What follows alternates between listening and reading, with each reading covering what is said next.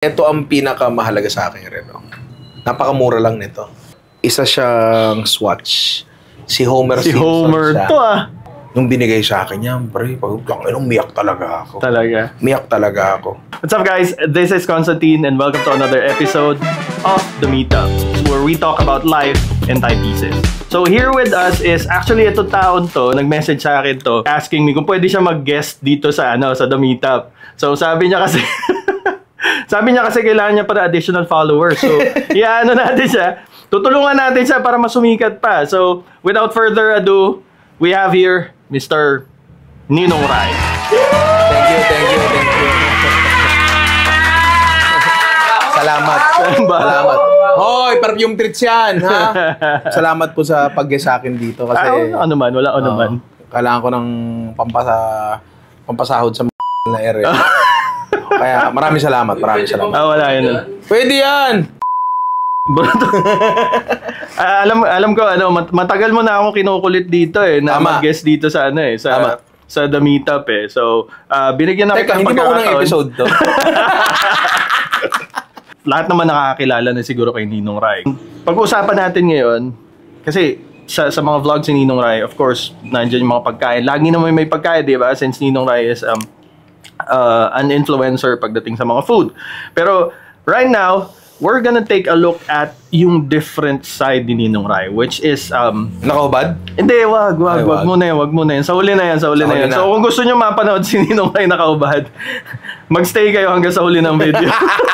Let's take a look at kung sino si Ninong Rai talaga bilang a watch enthusiast or a watch collector. Lingid sa kaalaman ng karamihan, si Ninong Rai is a big fan of watches. Mga ilang years na tayo nagko-collect Ninong Rai ng mga watches? Dito lang. Nung may pambili na. Paano ka magko-collect kapag wala kang pambili? Diba? Pero matagal na akong interesado sa watches talaga. Kasi si Papa, maalahas yan. Tapos nagre-relo siya. Tapos never nag-ano sa akin yung bagay na yun. Nag-resonate sa akin yung bagay na yun. Paglaki ko, mag-aalahas din ako. Hindi ko siya gusto Hindi siya bagay sa akin. Tapos parang doon lumalabas yung matagal na natin alam na ang accessory lang talaga na pwede isuot ng lalaki is relo lang talaga. Alam mo yun? Ilang moments sa buhay ko na nag-lead sa akin dito. Una, niregaluhan ako ng relo ng tatay ng ex ko. Tatay ng ex mo? Alam mo bakit? Kasi lagi daw akong late. Akala ko mukha ko walang pera.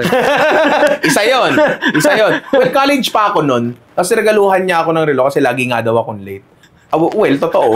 Oo, lagi talaga akong hindi naman late. Anong oras ba usapan natin ngayon? Ang oras natin, may relo ka na yan, brada. Alas 10. Mag-11:30 na.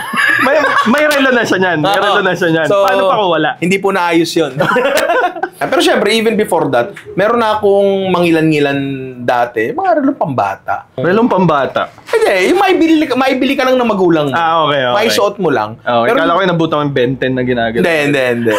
Noong nagtatrabaho na ako, I think this was 2017 or 18. Binili ako ng nanay ko ng what I thought then was a luxury watch. Okay. Anong relo to? Binilan niya ako ng Filippo Loretti. Exactly. Di ba? Hindi mo siya alam. Filippo Loretti. Filippo? Oo. Loretti. Yes. Tapos meron siyang engraving ng I think Sistine Chapel sa likod. Mga ganun. Hindi talaga siya luxury watch by any means. Yeah. Pero sinuot ko talaga hanggang bumaho yung lintik na strap nun. After nun, I think binilan ako ni Mama na, kita mo lahat, bili na ibang tao, no? Binili ako ni Mama ng Technomarine. Okay. Ito na yung mga nasa around year, 2000, siguro 18. Oo. Actually, up until nung nagninong Rai na, binilan niya pa ako ng isang Technomarine. Talaga? Oo. Before nun, meron akong interest na isang relo. Woodchuck. Relo siya nagawa sa kahoy. Mahilig ako sa mga kahoy-kahoy. Relong kahoy? Oo, relong kahoy. Like bamboo or? Hindi ko alam kung anong kahoy Pero I think nung nagninong Rai na, nabili ko rin siya. I see. Hindi siya mahal. Pero gusto ko siya. Alam mo yun? Yun naman yung mahalaga Totoo. Pucha, meron pa akong relo na Chariol. Binili rin ni mama sa akin. Apparently, Puro bili Oo. Kasi sabi niya, kapag nagluluto ka, kamay yung kita. So, makes sense. So, dapat palitan natin ang palitan niyan. Parang gano'n. So, talaga sinuportahan ako ni mama, umpisa pa lang. Tapos, nagsisimula na akong kumita. Ito ba yung kauna-unahang relong nabili mo as Ninong Rai? Yes. Okay, so, ang mga kolektor kasi may mga ganyang klaseng mga, I don't know, parang medyo sentimental sa amin yung pagbili ng relo. Most of the time, bibili kami ng relo pag may milestone. Okay, kasi mas maaalala mo mas significant siya doon, di ba? So, naging Ninong Rai na si Rai. Okay, by the way, magkakilala na kami noon pa. Magkakilala na kami noon. Even before Ninong Rai, naabutan niya ako mga 2 years bago ako tuliin. Hindi, yung ano niya kasi, yung kapatid niya, barkada ko since high school. Yes. So, umiinom kami doon sa dito lang. Yes. Lapit sa bahay nila. Sa bahay. So, honorary Constantino ako. Honorary kapatid niya ako. Nakabukas ka ng pinto. Honorary Ramos din ako. Sa kabilang side, di ba? So, matagal ko na kaibigan si Lloyd talaga. So, kumbaga parang nung nagsisimula pa lang si Rai talaga, Dota days. Di ba? Ito yung pinakamagaling mag-pudge sa buong Pilipinas nga pala. Ito yung tipong wala pa yung kalaban, nag-hook na. Nag-hook na to. Para at least, di ba? Pag dumaan, di ba? Ngayon, kung hindi tinamaan, magre-regen naman yung mana. Pero yan, di ba, Bin?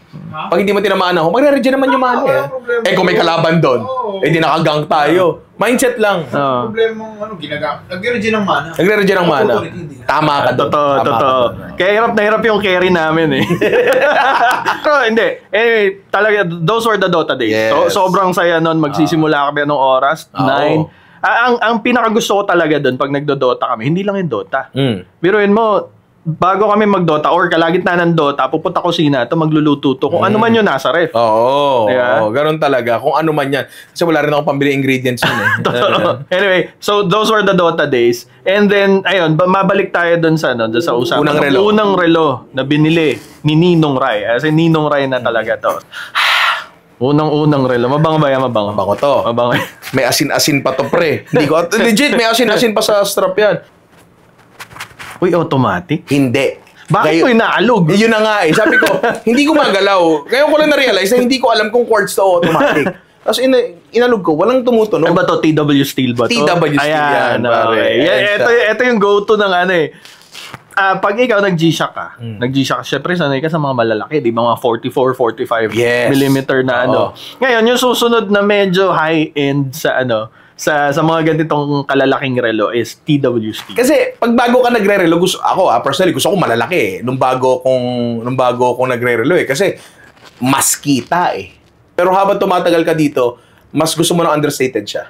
Totoo. Totoo yun. Totoo yun. Nung una, alam mo, tuwan-tuwa rin ako doon sa mga yung sumisigaw na may relo ko. Yes. Ayun, pagsuot po, tipo, uy, tol, ganda relo mo di ba? Alam mo naman tayo, mga kabataan natin. Pag tagal mo, hindi na. Pag tagal, parang, ang gusto ko, chill na lang. Chill na lang.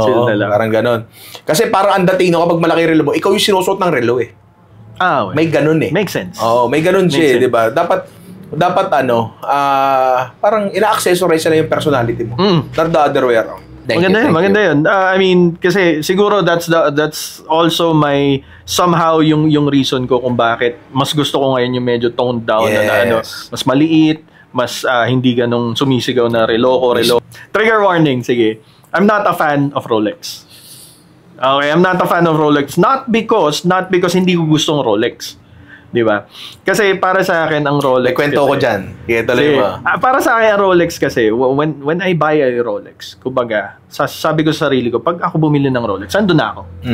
Nandun na ako. Hindi siguro yung pinakadulon-dulo, pero pag ako bumili ng Rolex, komportable ka na. Exactly. Yung tipong, hindi ako bibili ng Rolex kasi gusto kong makita ako naka-Rolex. Alam mo yun, kahit may capability ako to buy Rolex, ayoko ng tipong titignan, naka-Rolex si Lloyd si Constantino, naka-Rolex. Gets ko yan. Gets ko yan kasi may ganyan din ako. Pero anyway, balik muna tayo dito. I think, 42,000 yung original price nito. Ngayon, may sale daw sila. Yan ang gusto ko. 16,000 na lang. Grabe! Grabe! What a huge savings, Parang pare! yun, 75%. Tangina, sabi ko, para akong ano dito para akong nakadali dito alam mo yun? Para akong nakalamang, tama ka. Tapos sinawagan ko si mama, like, mabiling ko na ba to? Ganyan. Ba't tumawag ka pa sa mama mo? Hindi, kasi at the time nga, hindi pa rin masyadong marami pera ko. Okay. Like, nagsisimula pa lang talaga. Yeah. Kasi buong buhay ko, hindi naman talaga ako kumita ng malaki. Well, nagkaroon ng isa, nung nag-business ako noong early 20s, kumita rin ako ng malaki nun, pero ang problema, hindi ako marunong humawak ng pera. Oo, kadalasan naman gano'n. Saan mo ginamit? Basta sa maraming bagay. Hindi, parang gusto ko sa ginamit. Kasama ka doon. Hindi, tsaka na natin i-share yung bagay na. Ngayon, Para malaman ng mama mo kung saan mo ginagamit. sabi ko, bibiling ko ba to? Eto na ba? Kunin ko na ba to? So, kinuha ko. Pagkakuha ko, putang bigat. Feeling mo, sulit yung binili mo. Totoo yan. Bigat eh. Totoo diba? yan. Kasi, alam mo naman, minsan kapag bumibili tayo ng mga kung ano-anong bagay, yung weight, yung isa sa mga una nating inaano. Totoo. Mas mabigat, mas Masulit. masulit. Mas maraming material eh. Mas matibay yan kasi Oo. mas mabigat yan eh. So, sinuot ko to ng matagal na matagal. Kasabay nun, medyo umangat na rin yung career ko dito sa social media. Ang dami kasi nagtatanong sa akin eh, ano ba recommendation mo parehas sa tayo. relo? Totoo. Kasi sabi ko, tingnan mo yung catalog, tingnan mo lahat ng available, tapos whatever speaks to you. Totoo. Yun. Totoo Kasi yan. pwede kang bumili ng relo na tigna 900 pesos o 500 o 300 pesos even. At magte-tell lang time yan. 'Di ba? At yung quartz movement na yan, mas accurate pa sa Rolex yan. Totoo. 'Di ba? Totoo. So kung accuracy ang iniisip mo dito, walang problema. Yan 300 pesos na relo na yan, sulit yan. Kung yan yung nagsispeak sa'yo, go. Totoo. Ngayon, tsaka napapasok yung mga iba-ibang bagay. Pero kung yung plain functionality lang, ang gusto To mo, tell time. putya, bumili ka ng digital na tigti 300. Totoo. Bumili ka ng quartz na tigti 300, okay na yun. Basta gusto mo yung look. Totoo. Diba? Kahit murang relo, magtitel na accurate na oras yan. Diba? Eto, binili ko siya kasi at that time gusto nga ng malalaking relo at para sa akin, up until now pag tinitignan ko siya, ang ganda na ito, bulky ang daming mga pinipintot-pintot sa gilid. Tapos may mga maliliit na relo sa loob ng relo. Maliliit na relo. May chrono kasi diba? Ang dami. Well, never ko natutunan paano gamitin yan in fairness, kumbaga, kahit naman ako noong una ko nakita, sabi ko, yung relo, may mga maliliit na relo sa loob. Di ba? Parang nung na-expose lang talaga ako sa maraming mga relo. Sub-dial pa. Minute, seconds, hours pala yung nasa loob. Ang alam ko, putya, baka iba-ibang oras sa ibang mundo. Yun yung pagkakaano ko sa mga sub-dial. Hindi ako nagsisi dito sa relong to. Tagal ko sinuot nito. Sinusuot ko siya proudly. Pinaghirapan ko to eh. Totoo. Alam mo yun? Totoo yun. Galing to sa sa pagtahak ng isang path na hindi naman tinahak ng marami. Oo. Diba? Yun yung social media. Totoo. Medyo may pride ako dito. Kasi nga, hindi ko alam kung kikita ba ako dun sa path na tinahak ko. Pero nakabili ako. Totoo. As a watch collector kasi, sobrang importante yung kauna-una ang relong na bili mo. When you already have the watches na yung dating pinapangarap mo, you'll always look back to your to the past and look at your drawer. Check mo, ito yung relong kauna-una. This started it all. Yes. Pero again, looking back at Ninong Rai's first watch, a TW Steel, I think this is around 47mm. Napakalaki. Laki niyan. Napakalaki. Laki niyan, par. Tingnan nyo to, Brad. This is a 40mm chronograph. Yan. Versus this one. Tsaka alam mo, sa totoo lang, mabigat kapag nagluluto ka. Brad, tutubuhan ka ng muscle dito. Hindi mo na kailangan Tsaka yung pangalan, TWC, bakal. Bakal na bakal. Ngayon, yung next kong biniling relo, medyo kumikita na ng konti, may mga sponsors na. Hanggang ngayon, kapag tinitingnan ko yung relo na yan, gandang-ganda pa rin talaga ako.